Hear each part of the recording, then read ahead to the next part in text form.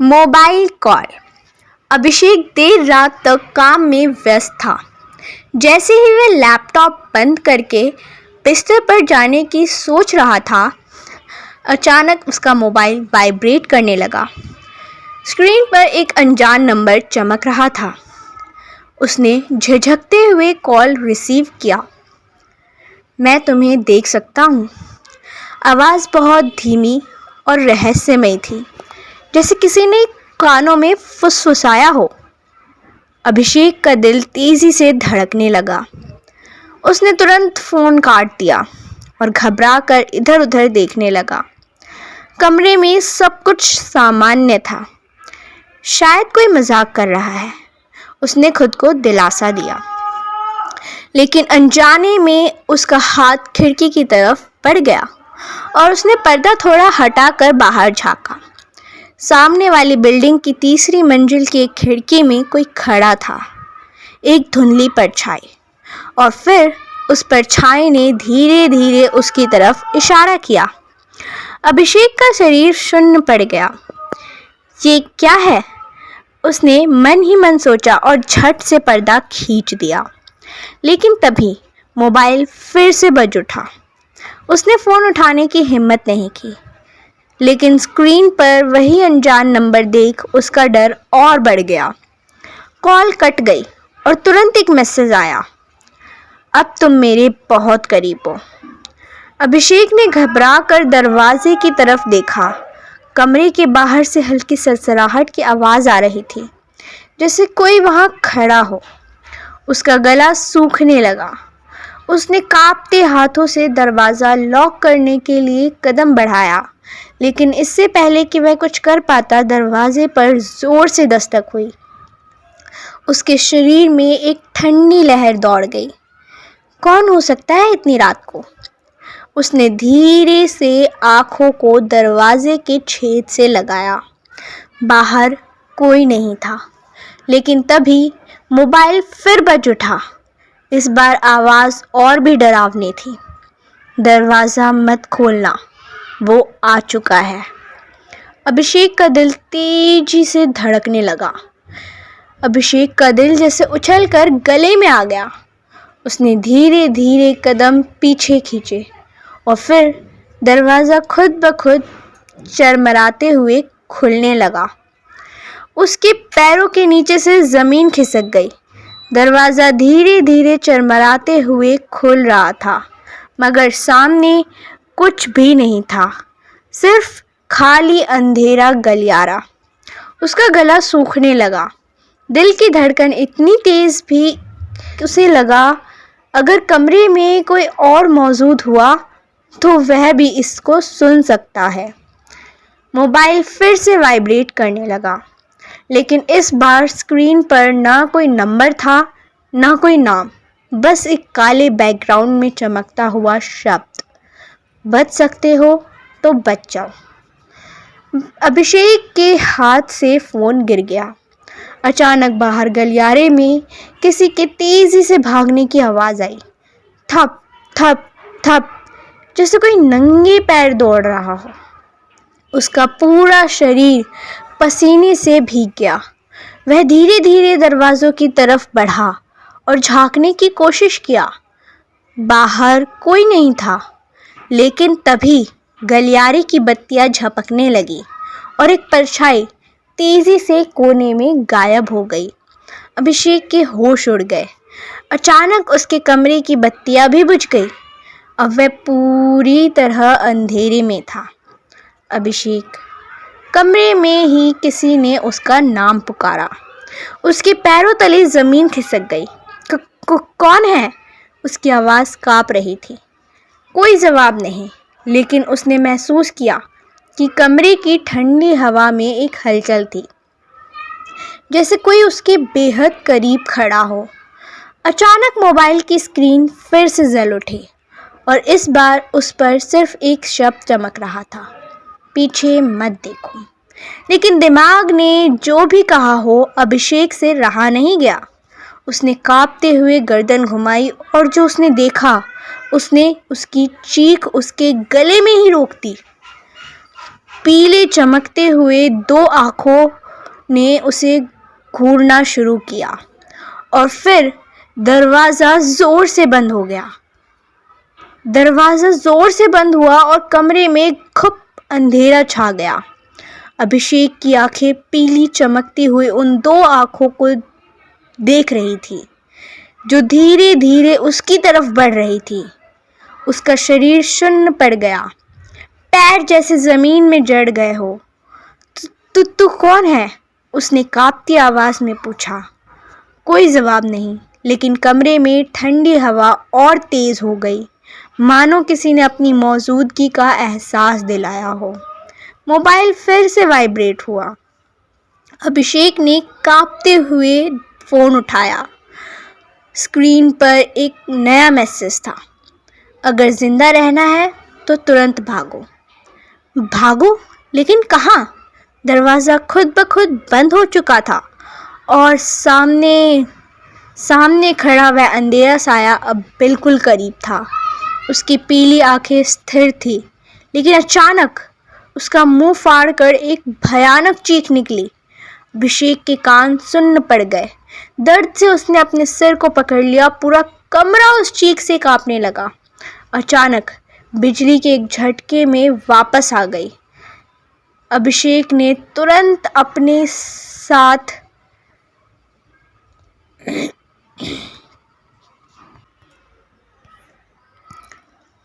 अभिषेक के कान सुन्न पड़ गए।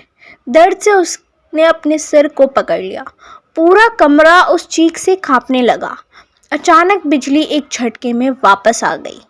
अभिषेक ने तुरंत अपने सामने देखा, लेकिन वहाँ कोई नहीं था। कमरा बिल्कुल वैसा ही था जैसे पहला था। कोई परछाई नहीं, कोई आवाज़ नहीं, सब कुछ सामान्य लग रहा था। ये क्या था? वह हांफते हुए सोचने लगा। मोबाइल की स्क्रीन फिर से चमकी। अब की बार एक वीडियो मैसेज था। अभिषेक ने कांपते हाथों से वीडियो प्ले किया। स्क्रीन पर धुंधली फुटेज थी, उसके ही कमरे की, लेकिन वीडियो में जो दिख रहा था उसने अभिषेक के रोंगटे खड़े कर दिए। उसका ही शरीर बिस्तर पर पड़ा हुआ था, बिल्कुल निष्प्राण, जैसे वह मरा पड़ा था। अभिषेक की सांसें रुक गई। ये कैसे संभव है? मैं तो जिंदा हूँ। लेकिन तभी वीडियो का आखिरी दृश्य आया।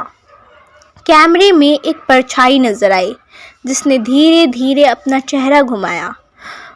वह खुद अभिषेक था। अभिषेक के हाथ से फ़ोन गिर गया। स्क्रीन पर अब की वही तस्वीर थी, उसका खुद का निष्प्राण शरीर बिस्तर पर पड़ा हुआ। ये कैसे हो सकता है?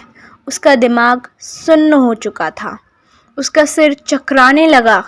उसने जल्दी से अपने हाथों को देखा, अपने चेहरे को छुआ। वह जिंदा था। ये कोई डरावना सपना है। हाँ, सपना ही होगा। उसने खुद को समझाने की कोशिश की, लेकिन तभी कमरे के शीशे में एक हलचल हुई। अभिषेक ने धीरे धीरे गर्दन घुमाई और शीशे में झांका।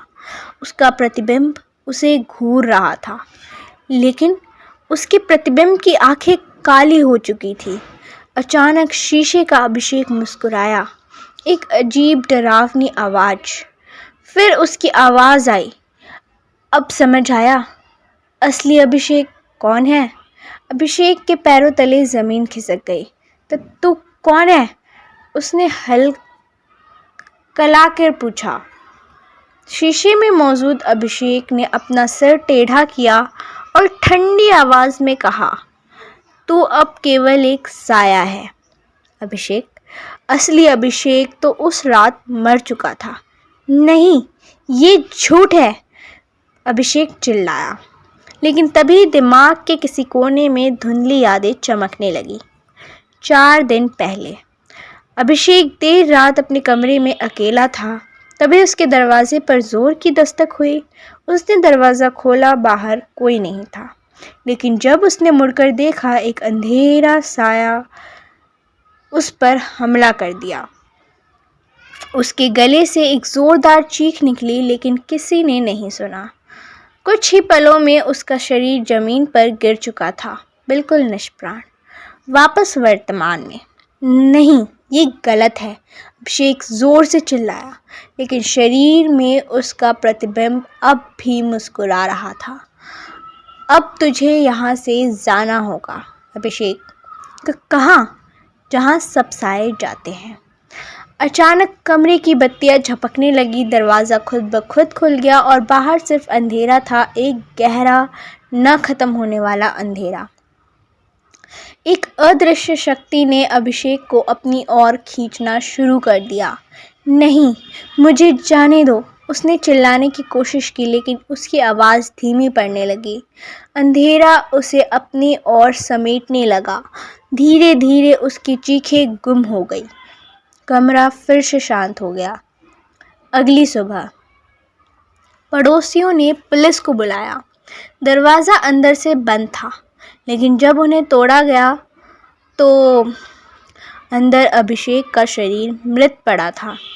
मोबाइल अभी भी उसके हाथ में था।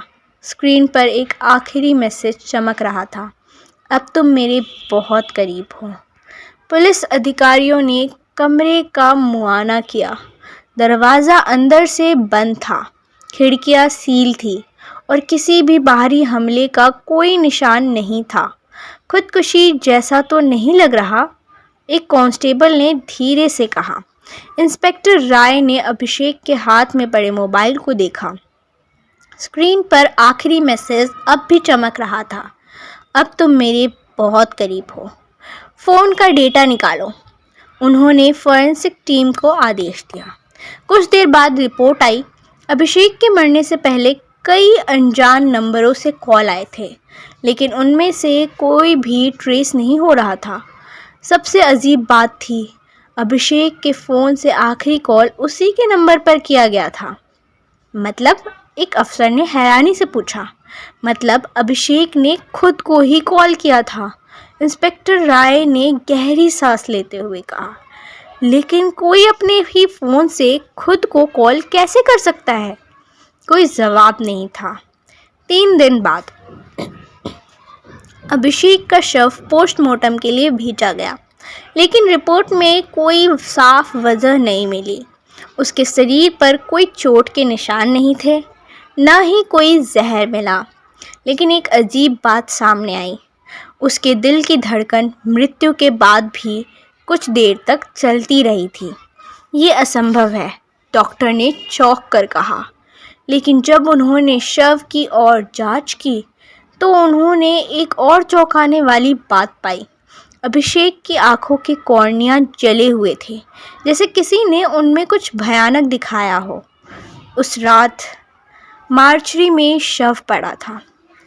वहाँ कोई नहीं था, सिर्फ अंधेरे में धीमी रोशनी झपक रही थी। तभी मृत अभिषेक के मोबाइल की स्क्रीन अचानक जल उठी और उस पर एक नया मैसेज चमकने लगा, अब तुम मेरे बहुत करीब हो। बिजली चमकी और उसी पल मार्चरी में पड़े सारे शवों की आँख एक साथ खुल गई। मार्चरी के गार्ड रमेश ने अपनी चाय का आखिरी घूंट लिया और ऊखते हुए सीसीटीवी स्क्रीन पर नज़र डाली। सब कुछ सामान्य लग रहा था, लेकिन अचानक स्क्रीन पर हलचल हुई। वह चौकन्ना होकर पास गया। स्क्रीन पर मार्चरी के कोल्ड स्टोरेज रूम में पड़े शवों के बीच हल्का कंपन हो रहा था। फिर बिना किसी चेतावनी के सभी शवों की आंखें एक साथ खुल गई। रमेश की सांसें अटक गई। उसने घबराकर स्क्रीन की तरफ देखा। कैमरा झपका और स्क्रीन काली हो गई। मार्चरी हॉल में अचानक तेज ठंडी हवा चलने लगी और फिर एक हल्की सी मोबाइल रिंगटोन गूंज उठी। अगली सुबह इंस्पेक्टर राय को पुलिस स्टेशन में अचानक एक कॉल आया। सर, मार्चरी में कुछ अजीब हुआ है। क्या? नाइट गार्ड रमेश गायब हो गया है, और सबसे अजीब बात यह है कि क्या जो शव मार्चरी में रखे गए थे उनमें से एक गायब है। इंस्पेक्टर राय की आंखें सिकुड़ गई। गायब? कौन सा शव? फोन के दूसरी तरफ सन्नाटा छा गया।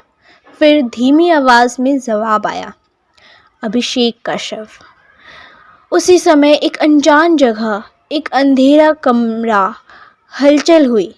वहां पड़ा एक शव अचानक हिलने लगा। धीरे धीरे उसकी उंगलियां कांपी, फिर उसकी आंखें धीरे से खुली। अभिषेक वापस आ चुका है। लेकिन क्या ये वही अभिषेक था, या अब उसमें कुछ और समा चुका है? मोबाइल की स्क्रीन झपकी और उस पर एक नया मैसेज चमका, अब बारी तुम्हारी है।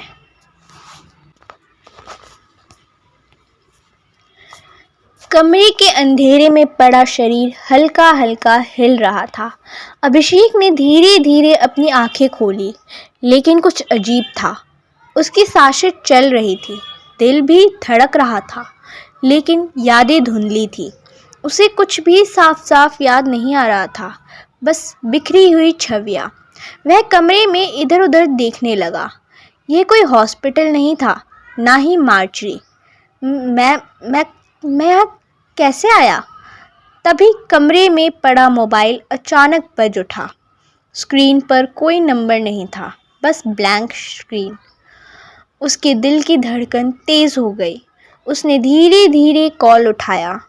दूसरी तरफ से धीमी ठंडी आवाज़ आई, तुम्हें दूसरा मौका मिला है अभिषेक, लेकिन इसकी कीमत चुकानी होगी। कौन हो तुम? जल्द ही जान जाओगे। कॉल कट गया। उसी समय पुलिस स्टेशन में इंस्पेक्टर राय ने फाइल को बंद किया और गहरी सांस ली। मतलब मार्चरी से शव गायब हो गया, गार्ड लापता है और अभिषेक की मौत की वजह अज्ञात। जी सर, कांस्टेबल ने कहा। किसी को अभिषेक के परिवार से बात करने भेजो। लेकिन सर, अभिषेक के परिवार में कोई नहीं है। राय ठिठक गया। मतलब? सर, अभिषेक एक अनाथ था, उसके बारे में कोई जानकारी नहीं है। और सबसे अजीब बात कि क्या अभिषेक के रिकॉर्ड्स में उसकी जन्म तिथि और मृत्यु तिथि एक ही दिन दर्ज है। इंस्पेक्टर राय की आंखें सिकुड़ गई। ये संभव कैसे है? दूसरी तरफ एक सुनसान सड़क पर अभिषेक धीमे कदमों से चल रहा था। हर चीज़ जानी पहचानी लग रही थी, लेकिन फिर भी अजनबी। तभी एक गली के कोने में उसे एक परछाई दिखी। कोई वहाँ खड़ा था, लंबा दुबला, बिना चेहरा दिखाए। अभिषेक के रोंगटे खड़े हो गए। कौन हो तुम? उसने हिम्मत करके पूछा। परछाई हिली नहीं, लेकिन तभी उस परछाई ने धीरे धीरे अपना सिर उठाया और जो चेहरा दिखा वह अभिषेक का ही था। अभिषेक के शरीर में एक ठंडी लहर दौड़ गई। ये क्या है? उसके दिमाग में तेज झंझनाहट हुई और एक के बाद एक यादें टूटती हुई लौटने लगी। वह पहले भी ये सब देख चुका था, पहले भी यहाँ खड़ा था, पहले भी इस परछाई से सामना कर चुका था, लेकिन हर बार उसका अंत वही हुआ था। उसकी आंखों में डर समा गया। परछाई ने धीरे धीरे एक उंगली उठाई और उसकी ओर इशारा किया। अचानक मोबाइल फिर बज उठा। अभिषेक ने कांपते हुए स्क्रीन देखी। इस बार एक नया मैसेज था, अब तुम मेरे बहुत करीब हो, खुद से भी ज़्यादा। अभिषेक ने कांपते हुए उस परछाई को देखा जो बिल्कुल उसी तरह दिखती थी। कौन हो तुम? उसने डर और हिम्मत के मिले जुले एहसास के साथ पूछा। परछाई धीरे धीरे मुस्कुराई। तू मैं हूँ और मैं तू है। अचानक अभिषेक के दिमाग में पिछली सभी घटनाएं बिजली की तरह कौंध गई। वह रहस्यमय कॉल, शीशे में अजीब प्रतिबिंब, अपनी ही लाश की तस्वीर, मार्चरी में आंखें खोलते शव, और फिर एक भूली बिसरी याद। 4 साल पहले अभिषेक एक एक्सीडेंट का शिकार हुआ था, लेकिन किसी चमत्कार से वह बच गया था। डॉक्टरों ने कहा था कि वह मौत के बहुत करीब था, लेकिन किसी तरह उसकी जान बच गई। लेकिन शायद मौत ने उसे कभी छोड़ ही नहीं था। अब सब कुछ साफ हो गया था। वह कोई भूत या साया नहीं था, यह उसकी ही अधूरी आत्मा थी, जो मौत और जीवन के बीच अटकी हुई थी। अभी इस रहस्यमयी गली में परछाई ने एक कदम आगे बढ़ाया। अब समय आ गया है अभिषेक, फैसला तेरा है। तुझे इस अधूरे जीवन में भटकना है या अपनी आत्मा को पूर्ण करना है। अभिषेक की सांसें तेज हो गई। उसे समझ आ गया था कि इस दायरे में बाहर निकलने का केवल एक ही तरीका है, अपने डर का सामना करना। उसने गहरी सांस ली, अपनी मुट्ठियां भींच ली और परछाई की आंखों में सीधे देखा।